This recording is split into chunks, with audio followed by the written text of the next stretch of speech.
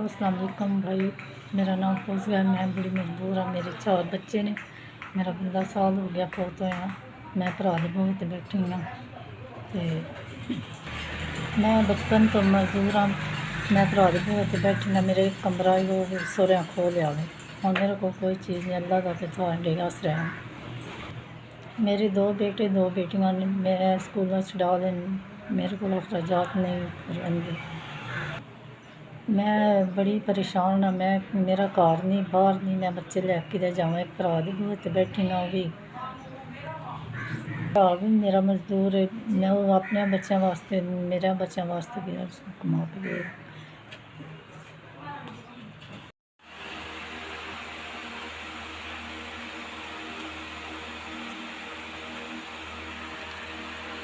ਤੁਹਾਡਾ ਕੱਲਿਆ 6000 रुपये का लब वाला ਤੁਹਾਡਾ ਭਲਾ करे। मेरे निक्के निक्के बच्चे ने, अल्लाह ताला तुहानू खुश रखे।